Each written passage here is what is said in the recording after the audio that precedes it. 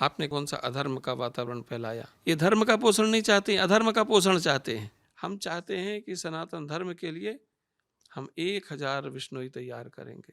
सनातन धर्म को कष्ट पहुंचाने का, हानि पहुंचाने का कोई दुस्साहस ना करे।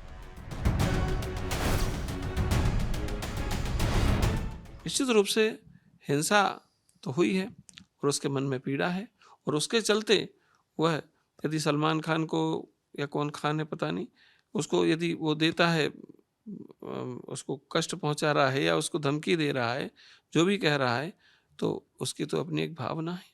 हाँ, ये जरूर है कि सनातन धर्म की रक्षा करने के लिए, ये आप जिसका नाम ले रहे हैं कोई विश्नोई, हम चाहते हैं कि सनातन धर्म के लिए हम 1000 विश्नोई तैयार करेंगे, ताकि कोई अधर्म का आचरण ना करे, सनातन धर्म को कष्ट पहुंचाने का, हानि पहुंचाने का कोई दुस्साहस ना करे, कोई व्यक्ति राष्ट्र विरोधी कार्य ना करे।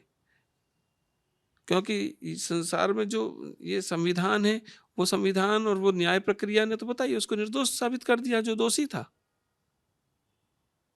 अब ऐसे धर्म की रक्षा नहीं होगी, ऐसे राष्ट्र की रक्षा नहीं होगी। राष्ट्र की रक्षा करने के लिए अब हम भी एक आचार्य होने के नाते हम सोचते हैं कि इस देश के अंदर में हम 1000 विश्नोई तैयार करेंगे। वो 1000 विश्नोई अपनी 1000 सेनाओं को लेकर के और धर्म की रक्षा करेंगे। एक चित्रकार, ये भी सत्य का दर्शन कराता है, और एक होता है पत्रकार, ये भी सत्य का दर्शन करवाता है। सबकी अपनी अपनी भूमिकाएं हैं।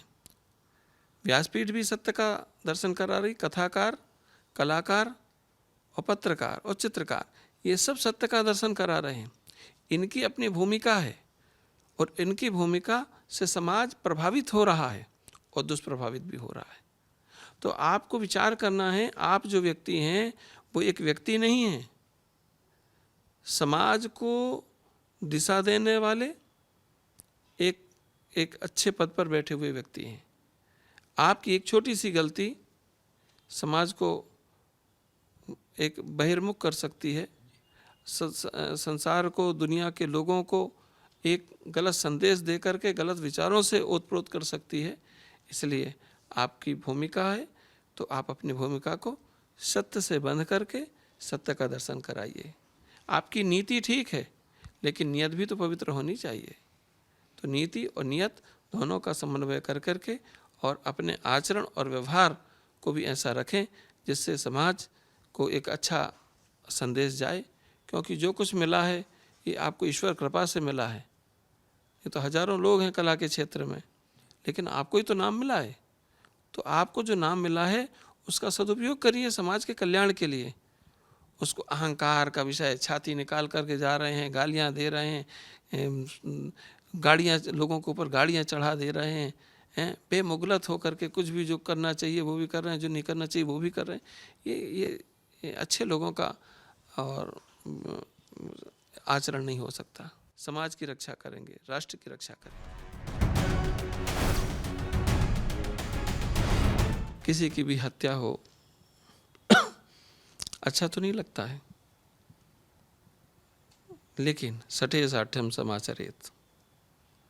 आपके साथ ही ऐसा क्यों हुआ? और भी तो यहाँ पे हजारों लोग रह रहे हैं, लोगों ने उनकी तो हत्या नहीं की, लेकिन आपने ऐसा कौन सा पाप किया? आपने कौन सा अधर्म का वातावरण फैलाया? आपने ऐसे कौन सा गलत काम किया जिसके कारण आपके लोग इतने बड़े विरोधी बन गए? तो इसके लिए तो कहीं ना कहीं आप भी जिम्मेदार हैं अपनी हत्या, अपनी खुद की हत्या के लिए आपका आचरण जिम्मेदार है।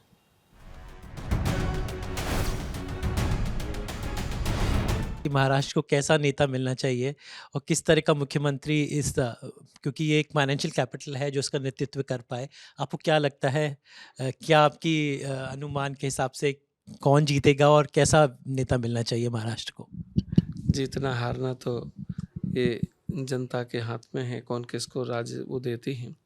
लेकिन हाँ, हमारी जहाँ तक अपेक्षा है, क्योंकि हम सनातन धर्म के एक सर्वोच्च आचार्य की सर्वोच्च पीठ पर विराजमान होने के नाते हमारी अभिलाषा यही है कि वो लोग सत्ता के शिखर पर बैठें, राज सिंहासन पर बैठें, जो सनातन विचारों को, सनातन सिद्धांतों को, धर्म की परंपराओं को जानने वाले हों, मानने वाले हों, उनका आचरण और व्यवहार करने वाले हों, ऐसे लोग वहाँ पर बैठें। स्वाभाविक रूप से हमारी दृष्टि में कई लोग होते हैं। अब ऐसी दृष्टि में हम देखते हैं तो हमें देवेंद्र फडणवीस बड़ा विनम्र व्यक्ति है, वह भी हमें लगता है कि ये मुख्यमंत्री बने। हमें हमारी शिष्या भी है और उनके पिताजी से हमारे बड़े संबंध थे, पंकजा मुंडे, तो हम चाहते हैं कि ये भी बड़े अच्छे व्यक्तित्व की ऊर्जावान बच्ची है, महिला है, सशक्त है, भगवती श्री विद्या की उपासक है। तो हम चाहते हैं कि भगवती की उपासिका के रूप में ये भी बैठें। तो जो भी बैठे, हमारा भाव यही है, क्योंकि हम तो धर्माचार्य होने के नाते हम पार्टी निरपेक्ष हैं। लोग धर्मनिरपेक्ष कहते हैं ना, हम धर्मनिरपेक्ष तो नहीं हैं, हम पार्टी निरपेक्ष हैं।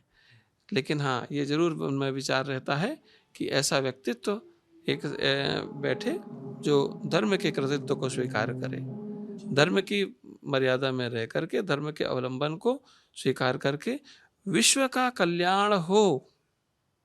सनातन धर्म और सनातन धर्म के विचार वाला व्यक्ति क्यों बैठे?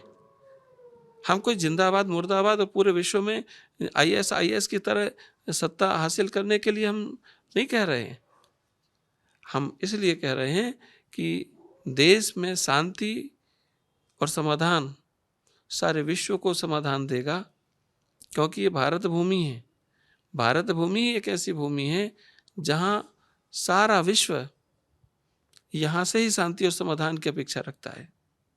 क्योंकि हमारे पास में जो वैदिक ज्ञान है या वैदिक ज्ञान, ये हमारे पास जो धर्म का स्वरूप है, ये सिर्फ हमारे लिए नहीं है, ये सारा धर्म का स्वरूप सारे विश्व के कल्याण और विश्व के अभ्युदय के लिए है। क्योंकि हम ही तो वो हैं जो कहते हैं सर्वे भवन्तु सुखिनः सर्वे सन्तु निरामयाः। हम ही तो कहते हैं उदार चरितानां वसुधैव कुटुम्बकम्। हम ही तो कहते हैं विश्व का कल्याण हो। संसार में कौन सा धर्म है जो कौन सा पंथ और परंपरा है जो विश्व की कल्याण की कामना करता हो? हम अपने कल्याण की कामना बाद में करते हैं, पहले विश्व के कल्याण की कामना करते हैं।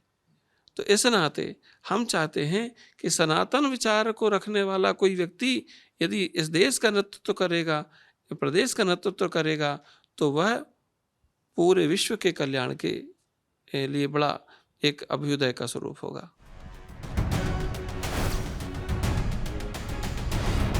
ये कौन लोग हैं? ये वो लोग हैं जो इस भगवे को आतंकवाद का रूप देते हैं। जो भगवा अग्नि का स्वरूप है, जो भगवा शांति और समाधान का स्वरूप है, जो भगवा विश्व के कल्याण की कामना करता है, उस भगवा को आतंक का स्वरूप कहने वाले ये खड़गे और इनकी पार्टी के लोग ये स्वयं समझ जाएं ये किनका पोषण चाहते हैं। ये धर्म का पोषण नहीं चाहते, अधर्म का पोषण चाहते हैं, ये आतंकवाद का पोषण चाहते हैं। मौलाना और मौलियों ने जब सर तन से जुदा कहा, जब नारे लगे, तब आपने कोई प्रश्न नहीं उठाया। जब राजनीति में फतवे जारी होते हैं कि सारे मौलवी एक हो जाएं, सारे मुल्ले एक हो जाएं, सारे मुसलमान एक हो जाएं, इस पार्टी को हमारा अपना समर्थन दें, तब तो नज़र नहीं आता धर्म और राजनीति। वो फतवे हो रहे हैं जारी। जब हम तो एक ही बात कहते हैं कि देश का विभाजन यदि हुआ था तो धर्म के आधार पर इस देश का विभाजन हुआ था, और जो लोग यहाँ पर मुसलमान रुक गए, वो यदि यहाँ पर जब तक उनको यहाँ पर रहना है कि जब तक कोई कानून नहीं बन जाता, कोई संधि प्रस्ताव पाकिस्तान और बांग्लादेश से नहीं हो जाता, तब तक वो यहाँ पर रहें। हम लोग उनमें से हैं जो कुत्तों को भी रोटी डालते हैं। तुम भी कुत्तों की तरह पड़े रहो, तुमको भी रोटी मिलती रहेगी, लेकिन ध्यान रखिएगा, मेहमान का हम आदर करते हैं, सत्कार करते हैं, लेकिन घर का निर्णय करने का अधिकार हम मेहमान को नहीं देते। मेहमानों की तरह यहाँ रहिए। भारत की सरकार को एक संविधान में एक संशोधन और करना चाहिए कि यहाँ का जो मूल सनातन धर्म का जो व्यक्ति है या मूल सनातन धर्म से निकले हुए जो धर्म हैं, उनको ही यहाँ के वोट देने का अधिकार, संवैधानिक पदों में बैठने का अधिकार उनको ही होना चाहिए।